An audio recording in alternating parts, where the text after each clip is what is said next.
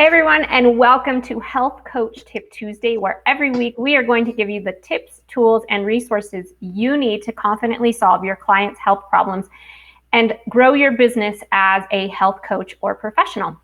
If you are ready to get started, drop the word lab into the comment section, and we are going to send you a link for today's webinar happening at 3 p.m. Pacific, 6 p.m. Eastern, and we are going to be covering HPA access and adrenal stress assessment in today's webinar. So drop the word lab into the comment section. My name is Piper Gibson. I am your co-host and FDN course counselor, and some of you may know the man next to me. This is Reed Davis, founder of Functional Diagnostic Nutrition. How are you doing today, Reed?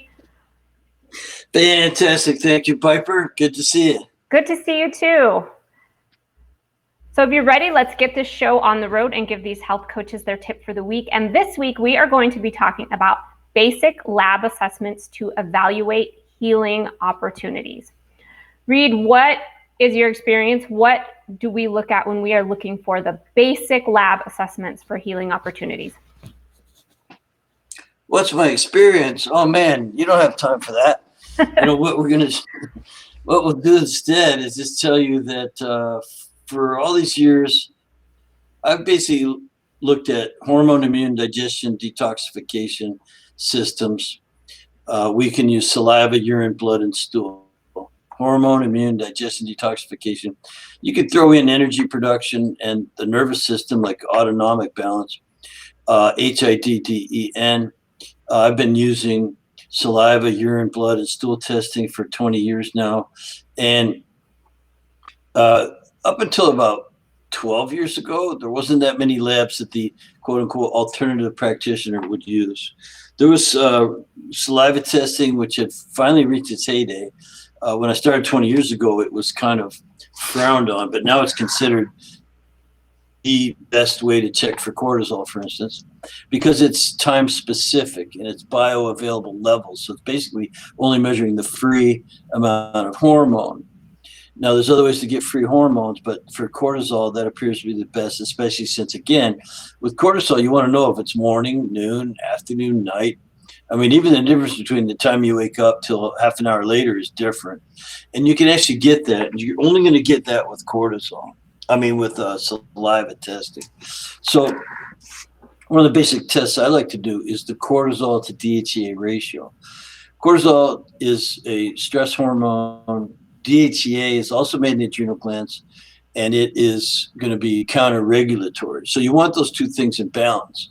So as health coaches, we're not looking to diagnose or treat a specific condition. We're not even looking at treating a specific condition when it comes to something that was diagnosed by a doctor. We don't really care if they diagnose something. We want to run some labs that tell us what's out of whack, what's a healing opportunity. So a lot of labs, they only look for treatment options. We don't look for treatment options. We look for healing opportunities. What needs to be fixed over a period of time by the client themselves using the innate ability of the body to heal itself and any support or education we might give them. So in other words, it's lifestyle medicine, if you want. We call it dress for health success health coaching. So things like that. I mean, I can go on, but I'd say, why not test the cortisol to DHEA ratio? Because that is a indicator of whether they're catabolic. If cortisol is really dominant, they're catabolic. Versus DHEA, that's an anabolic. That's a hormone that builds you up. One breaks you down, one builds you up. That's a pretty important healing opportunity, wouldn't you say? I absolutely think that's a very important healing opportunity. What is the difference between doing a blood test for cortisol and then doing that saliva test, or even dried urine, if you want to maybe expand on that a little bit? Dried urine is good too, because it's a little more time specific, and you're able to break down with dried urine into some of the metabolites. Like, it's important sometimes to know if a person is cortisol, like free cortisol dominant, versus cortisone, which is a product that cortisol breaks down into. And so that can tell us more about total cortisol being produced. And then if it's dominant in one or the other, cortisol or cortisone, it gives you more insights about a person.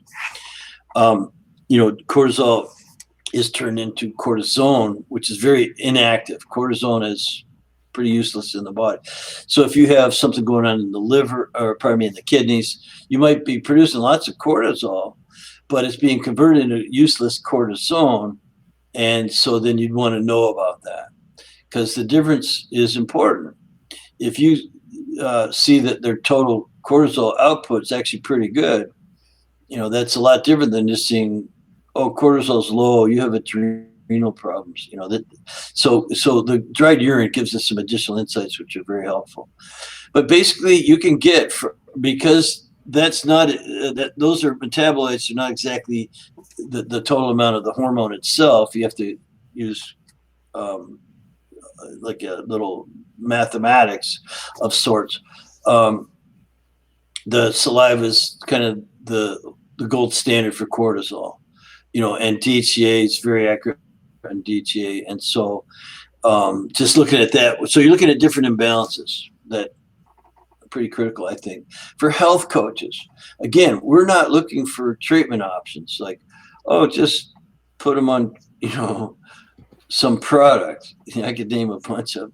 We're looking at, gosh, look what you've done to yourself, Mrs. Smith.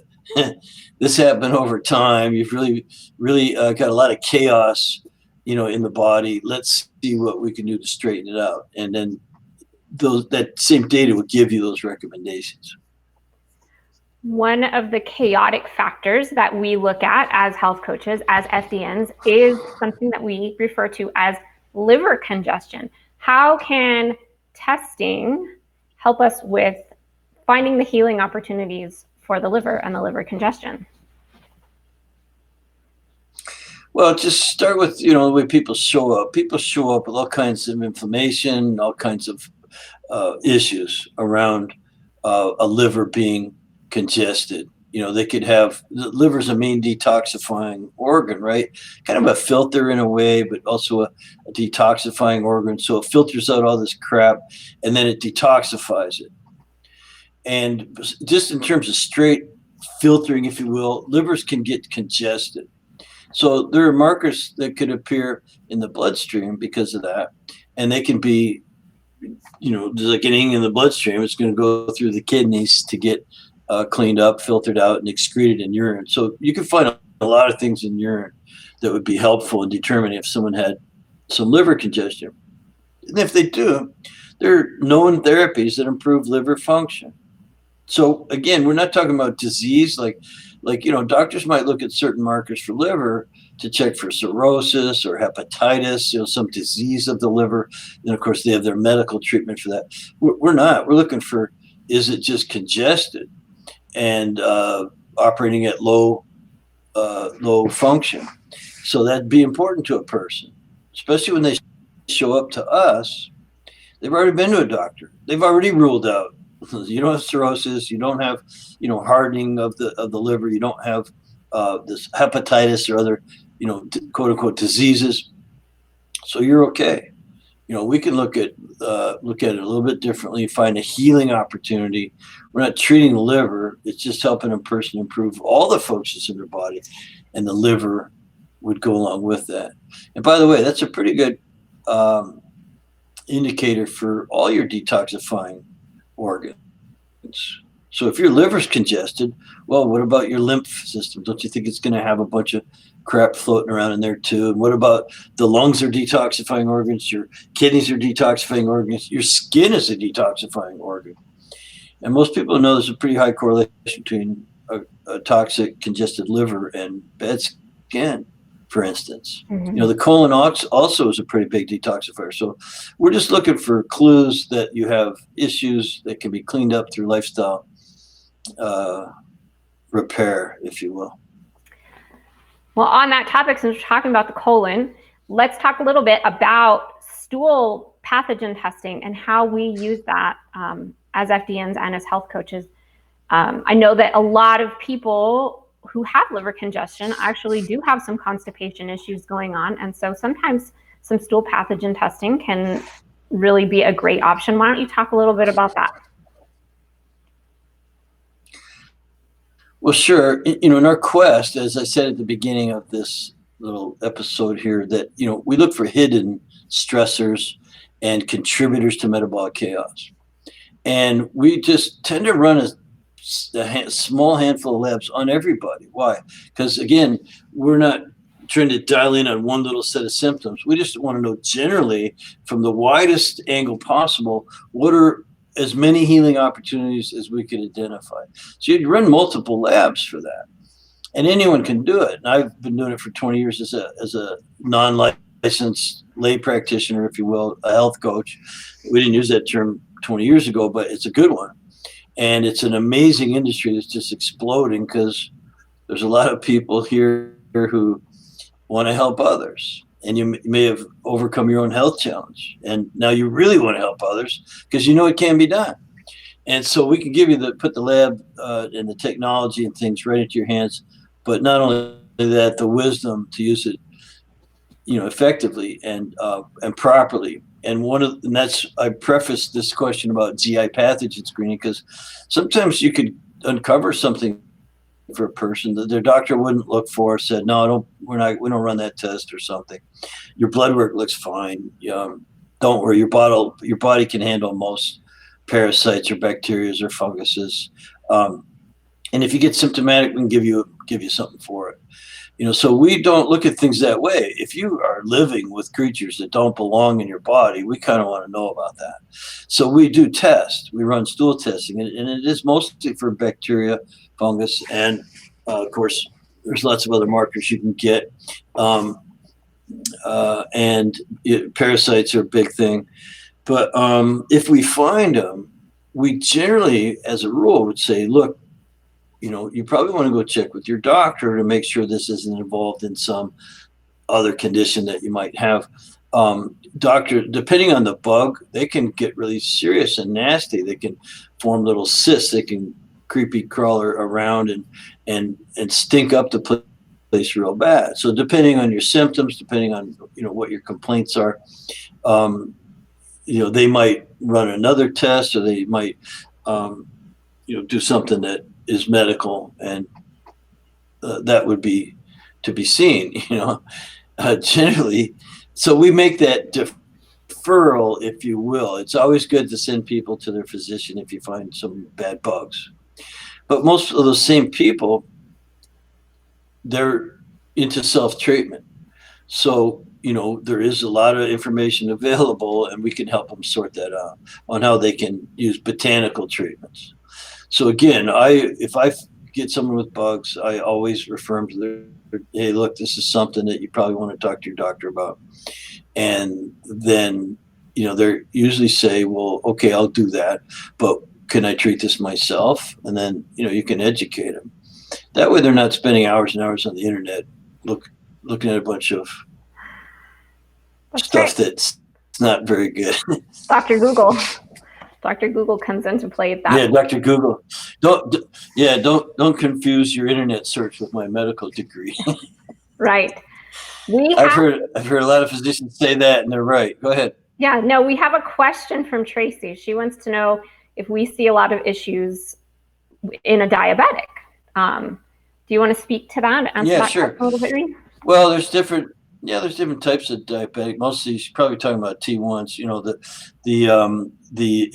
Where it's actually a autoimmune condition, and that's very serious and does need to have medical oversight. So you always want to get some medical oversight if you have a serious medical condition like type 1 diabetes. I think that's serious, and where we work so well together integratively, because certainly health coaches can provide the lifestyle information, the way you need to live, the diet, the rest, the exercise, the stress reduction, the supplementation.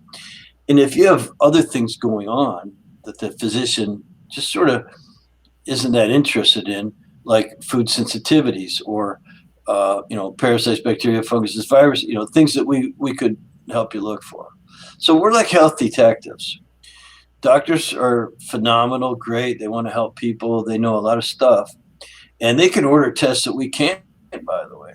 I can run some blood, saliva, urine, and stool tests, but I can't order a CT scan. Computerized tomography can identify cysts and tumors and all kinds of you need that oversight. So again, we work integratively if we're smart about it.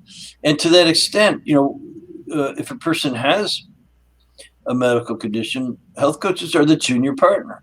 So it's up to us to use our language and stay in our backyard, and to respect and appreciate what is the domain of a licensed physician. I love that term, Reed, junior partner. I agree. I think that is a great way to talk about how we integrate with the medical community. You mentioned if they have a condition. If they've got a condition and they're being treated, then yeah, you are. Now, in terms of your relationship with that person, they might consider you to be their go-to person. Like I have some clients that have been around for 15 years. They still don't make a lot of decisions without running them by me. And I always say, go see the doctor. It's just, you got to rule out things, and then it's fair game. Yeah, I absolutely. I have a hot text going on, people all the time asking me. I'm like, no, go see your doctor. I cannot help you with that. One of the things that you mentioned was food sensitivity testing, and that's actually one of my favorite tests to use because I focus on kids, and sometimes kids can be difficult to test. Let's talk a little bit about food sensitivity testing and some of the different options that we have and why we use it. Well, there's so many different ways to do it, and the immune system responds in so many different ways to things that it might be sensitive to. And blood work is really important to do in case of food sensitivities, in my experience. So I have a go-to food sensitivity test for adults that covers 170 foods. Now, it'll gradiate how sensitive you are to each one, from not sensitive at all to teeny bit sensitive, all the way up to like, you're pretty damn sensitive, and you better not eat that stuff for a while because it's creating chaos in your body. Again, most of these things work with the immune system. And so, but with kids, it's hard to get enough blood out of a 2-year-old. And if they're younger, impossible. So you're just not going to be able to do some of these tests where we run a blood draw. Like for me, they'll want 4 tubes about this big in order to run all the tests. If you send in less blood, they can't do as many tests. So which ones are you not going to do? It's like you want to do the full panels. But with kids, there's other ways to do it. There's finger stick testing. So you basically, now these, you can say, well, it's not as good a test. It's only looking for IgG response. It's just one little part of the immune system might be reacting to this food or food product, some additive to food. You can test, even with a finger stick, you can test about 96 foods. Mm-hmm. There's different companies. We have our favorites, but what's cool is you get the kit, and they just mail it to you. It's easy. You take your kid or your spouse or whoever it is, and you hold their arm down and you poke it and you drip blood out onto a blotter. I've actually done this so many times. You just kind of milk your fingers. You can put it in hot water first and get it nice and warm to get the blood flowing. But you can basically just, you see my fingers turning purple there. You're just going to squeeze blood out until you fill up the whole blotter. And then you send it in. So there's no particular shipping requirement. Basically, you're mailing it, so it's really convenient. That kind of testing is really convenient.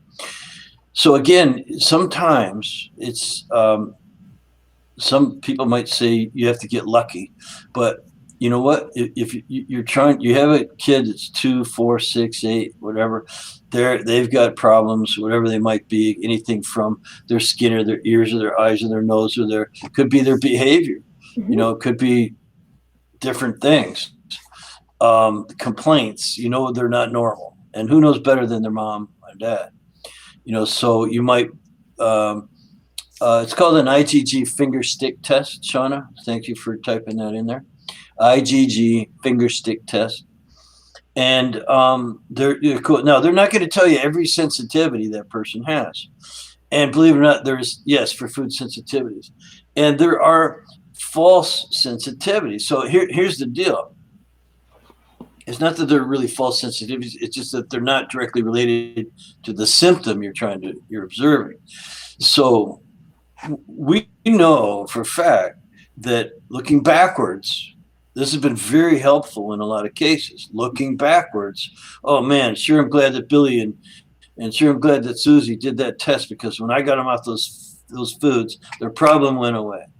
Now that's looking backwards, and you could call it lucky. That's okay with me. You could call it, good detective work, and you're just looking at one little type of sensitivity. But man, it's been helpful, so helpful. So I'm not trying to create false hope or anything like that. I'm just saying that it's been amazing looking backwards at the cases where we've used that test, to the point where I use it on everyone. Looking forwards, I don't know who it's going to help. I don't know. I can't say that if your 9-year-old is misbehaving and not paying attention and getting kicked out of class in school. And in my day, they used to take you down to the principal's office and beat you up, but I mean, really, like just getting put in the hall was a good thing, but someone would come along and bend you over and put the paddle to your butt, and things like that. So now they don't do that. They send you a doctor and put you on drugs. I think I'll take the paddling over drugs any day of the week. And so anyway, I'm just trying to get at, we've had some amazing things happen with kids who seem cured. I don't use that word like we actually cured anything, but looking forward, I don't know if it's going to help. If you have a kid misbehaving like that, you could run that test, get them off those foods, and it might not help. The reason is those foods weren't what were causing the problem. But anywhere where those foods were causing the problem, man, it's so good to get them off those foods. So do you understand looking backwards? Oh yeah, amazing. Absolutely. Looking forward, looking forwards, you don't want to create false hope. You just want to go look. This is very, very, it's so common that if I had a kid misbehaving with any health problem, there's no way I wouldn't run at least 2 different food sensitivity tests. So Shauna, that one's called the IgG. It's I small g big G. Immunoglobulin G. That's what it stands for. Food sensitivity test. And there's the finger stick version. Now there's all kinds of other food sensitivity testing. I don't know if you want to go into that, but that's pretty cool tool that anyone can get and use. And health coaches use them left and right, probably on every person. Because again, looking forward, we want to make sure we eliminate any contributor to metabolic chaos that we can identify. Yeah, I use a lot of the finger stick test because most of the people that I work with are, 10 and under, and it's really beneficial. And yes, looking backwards, getting a lot of these kids off these foods makes a huge difference. But I also do it in conjunction with some other testing and looking for the hidden stressors and using diet, rest, exercise, stress reduction, and supplementation.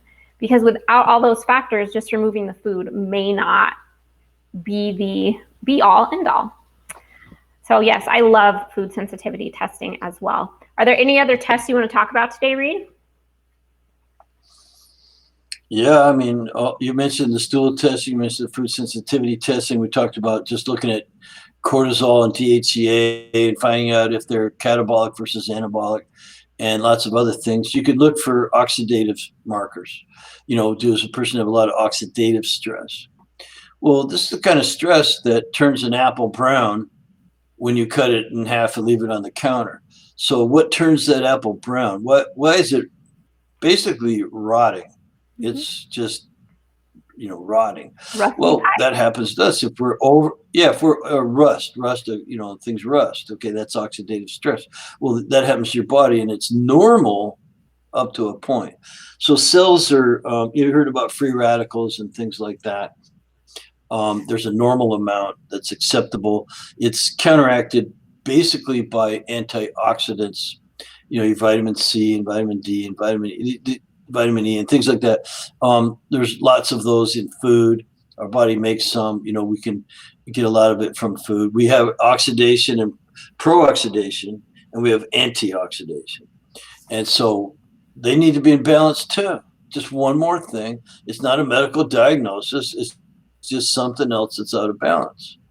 We talked about the liver function markers. You can look for digestive markers. What else needs to be in balance, especially in the digestive system? Good flora and so-called bad flora. They need to be in balance too. There's measurements for these things. Why can't we look at them? And of course, that's what our training program is all about. It's to teach health coaches how to get to that next level, if you will. And oh, by the way, lots of the public, just people who have a health condition or worry about their families and these kind of things, they take the course too, just to do, and that alone is worth the price of admission. You can get yourself and everybody in your family fixed up a bit. That's worth it, isn't it? Totally worth it. Absolutely. And that's one of the main reasons I did it. And then I had to go help everybody else. I had to save the world. Yeah. Yeah, absolutely. Do you have any other tips, one single tip or one pointer that you would like to share with everybody before we hop off for the day? Well, in line with today's topic, I would say, don't guess, test. Absolutely. So that we can find those hidden stressors and help get you on the healing path.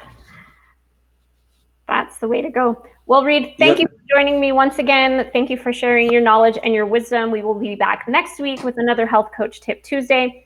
If you have not already dropped the word lab into the comments section, drop the word lab and we are going to send you a link for today's webinar that is going to be on HPA access dysfunction. You are going to learn all sorts of awesome stuff from Reed today. So make sure to drop the word lab.